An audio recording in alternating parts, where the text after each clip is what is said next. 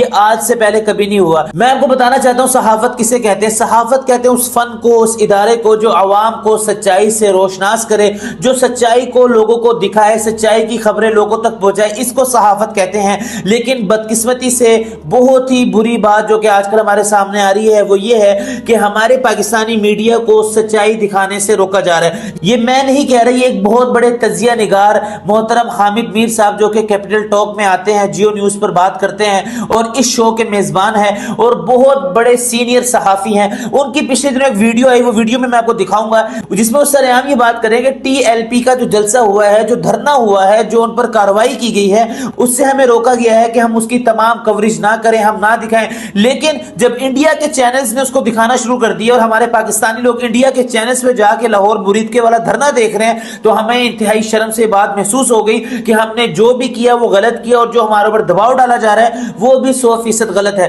میں حامد میر صاحب کی گفتگو بھی آپ کو سناتا ہوں تاکہ آپ کے علم میں بھی اضافہ ہو۔ یہ آج نہیں بلکہ کئی دفعہ، سینکڑوں دفعہ یہ باتیں ہوئی ہیں کہ ہمارے پاکستانی میڈیا پر دباؤ ڈالا جاتا ہے، وہ سچائی آپ تک نہیں پہنچاتے۔ یہ پہلے محترم حامد میر صاحب کی چھوٹی سی گفتگو سنیں، پھر آپ کو میں بتاتا ہوں کہ ہمارے ملک پاکستان میں کیسے کیسی واردات ہو رہی ہیں۔ میں یہ ڈسکس کرنا چاہتا ہوں کہ یہ اس قسم کی جو جماعتیں ہیں یا تنظیمیں ہیں وہ آپ کے معاشرے میں ایک ریئلٹی ہے، ایک حقیقت ہے، اور حقیقت سے آپ انکار نہیں کر سکتے۔ آپ ٹی وی چینلز کو پریشرائز کر کے کہ تم نے تحریک لبیک کا جلسہ نہیں دکھانا، تم نے سعد رضوی کی تقریر نہیں دکھانی، آپ اس کو ختم نہیں کر سکتے۔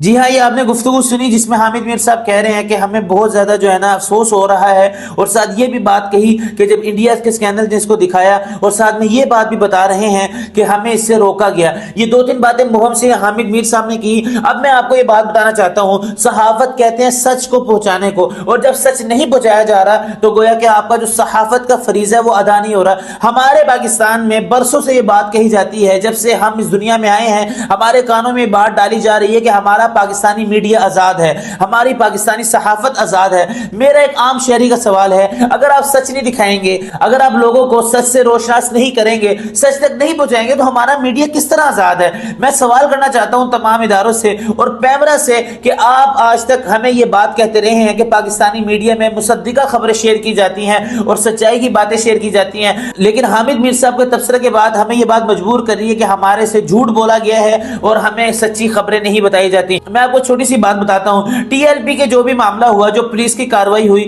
یہ اگر لوگوں تک نہیں دکھایا جائے گا، اس کا سب سے بڑا نقصان ہماری عوام کو یہ ہوگا کہ جو اپنے روٹ پر جاتے ہوئے، جو اپنی چیزوں کو درست سمجھتے ہوئے اپنے گھر سے نکل جائیں، لیکن راستے میں جنگ